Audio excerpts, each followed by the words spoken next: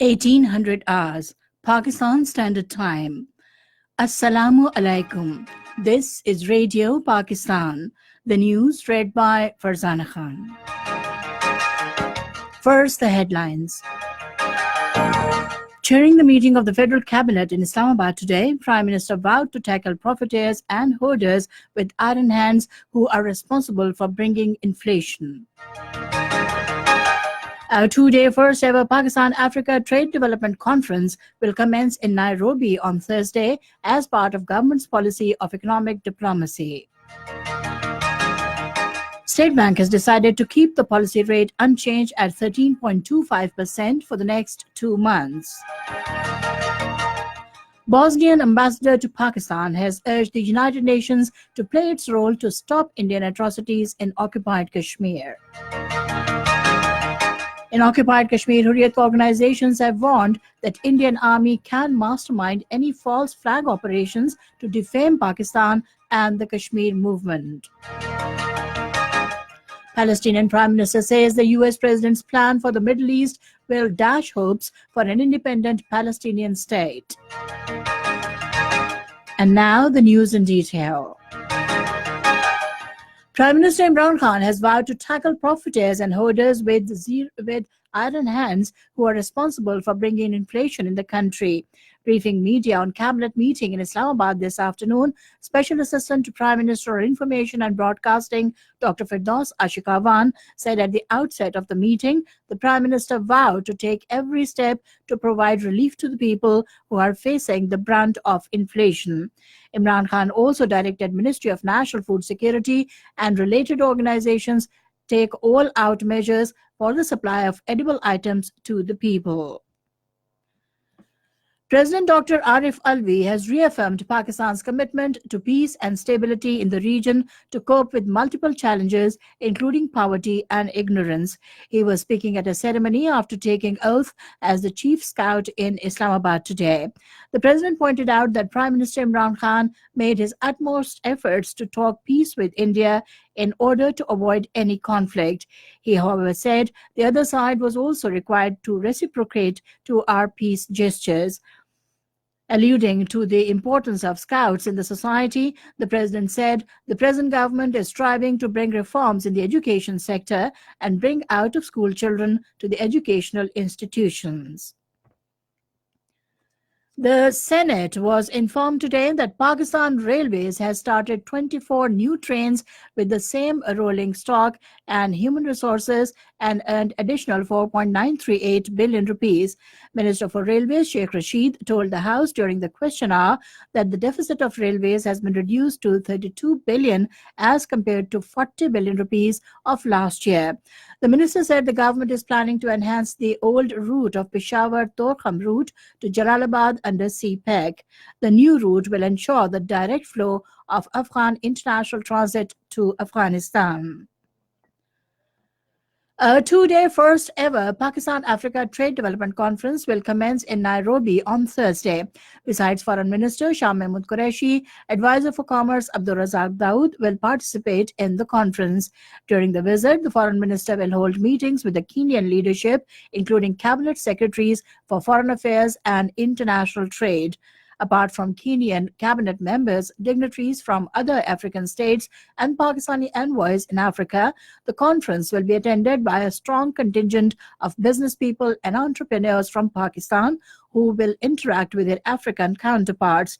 The conference is part of Pakistan's Engage Africa initiative, which is in line with Prime Minister Imran Khan's vision to forge closer political and economic ties with the African continent.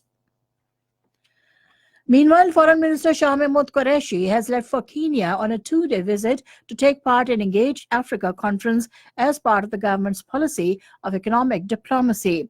In a video message before departure to Kenya today, he said, "We are moving ahead on economic diplomacy, pursuing it as a principle in foreign policy." The minister said Advisor on Commerce Abdul Razak Dawood will chair the conference and a delegation of about 100 businessmen from Pakistan will accompany him.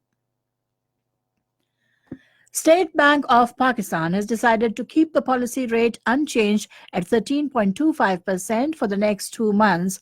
Announcing the monetary policy decision at a news conference in Karachi today, Governor State Bank of Pakistan Dr. Raza Bakir said interest rate has not been changed as inflation rate is expected to remain at 11 to 12% this year.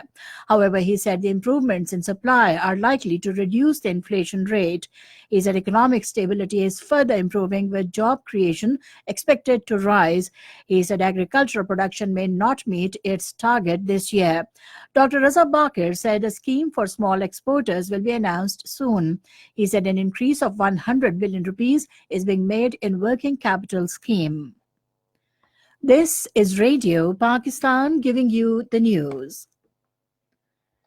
Bosnian ambassador to Pakistan, Saqib Farish, has urged the United Nations to play its role to get stopped Indian atrocities in occupied Kashmir. He was talking to Speaker National Assembly Asad Kaisar in Islamabad today. The ambassador said his country will continue to extend diplomatic support to Pakistan for the resolution of outstanding Kashmir dispute in line with the UN resolutions. In his remarks, the Speaker National Assembly said the human rights organizations should take notice of the worst human rights situation in occupied Kashmir. And in occupied Kashmir, People's Democratic Party President Mehbooba Mufti has expressed hope that resolution tabled in the European Parliament against lockdown in Kashmir and the controversial Citizenship Amendment Act will be followed up with sanction on India. In a tweet, she said that she will be relieved to see the EU Parliament pass resolution against the Communal Act and brutal lockdown in Kashmir will be followed with sanctions. In occupied Kashmir, Hurriyat organizations have warned that Indian Army can mastermind any false flag operation to create a warlike situation in the subcontinent and to defame Pakistan and the Kashmir movement. Tehreek-e-Hurriyat Jammu and Kashmir People's League, Young Men's League, and other Hurriyat organizations in their statements in Srinagar said India's drama of arresting its own senior police officer, Davinder Singh, has exposed that its own forces personnel have been involved in violent operations in occupied Kashmir. Meanwhile, normal life continues to remain affected in the Kashmir Valley due to the military siege and broad-bound internet shutdown on 177th consecutive day today. As many as 8,608 Pakistani prisoners have been released from overseas jails due to the efforts of Prime Minister Imran Khan. According to details, 2,020 prisoners were released from Saudi Arabia, 3,023 from the United Arab Emirates, 1,500 from Malaysia, 668 from Iraq, 106 from Qatar, and 113 prisoners were released from Kuwait. Palestinian Prime Minister Mohammad Shtayyeh has said that the U.S. President Donald Trump's plan for the Middle East will dash hopes for an independent Palestinian state. In a statement, he said, "It is nothing but to finish off the Palestinian cause." He rejected the plan and demanded the international community not to be a partner to it because it contradicts the basics of international law and inalienable rights of Palestinians. In Afghanistan, 11 people were killed in a Taliban attack on police base in Baghlan province. The U.S. and Taliban are currently attempting to negotiate for the ceasefire that would allow a peace agreement to be signed that could bring home an estimated 13,000 U.S. troops and open way to a broader post-war deal to the Afghans. And finally, the weather report. Intermittent rain with snowfall over the hills is expected in Upper Punjab, Islamabad, Upper Khyber Pakhtunkhwa, Kashmir, and Gilgit-Baltistan. Cold and dry weather is expected elsewhere in the country during the next 12 hours. To end the news, the main points once again. Chairing the meeting of the Federal Cabinet in Islamabad today, Prime Minister vowed to tackle profiteers and hoarders with iron hands who are responsible for bringing inflation. A two-day first-ever Pakistan-Africa Trade Development Conference will commence in Nairobi on Thursday as part of the government's policy of economic diplomacy. That is the end of the news. For more news and analyses, log on to our website radio.gov.pk and also watch live video streaming of our bulletins on the link facebook.com/Radio Pakistan News Official.